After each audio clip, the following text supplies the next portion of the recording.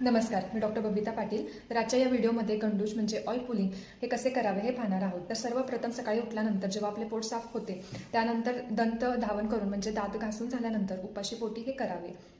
गंडूश हे जिथे हलकेसे कोवळे ऊन आहे व वारा नाही या ठिकाणी करावे.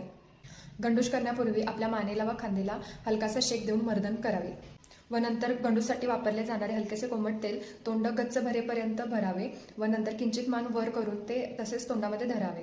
ते गिळू नये व पूर्ण आपले तोंड असे भरेपर्यंत गच्च भरून घ्यावे.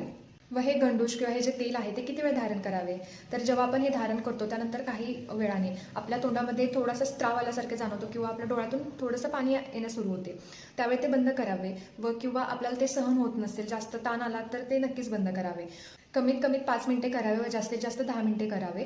सुरुवातीला सुरू करताना आपण नेहमी कमी वेळापासून चालू करावे व दररोज जसं हळूहळू सवय होईल तसं त्याचं वेळेचं प्रमाण वाढवावं.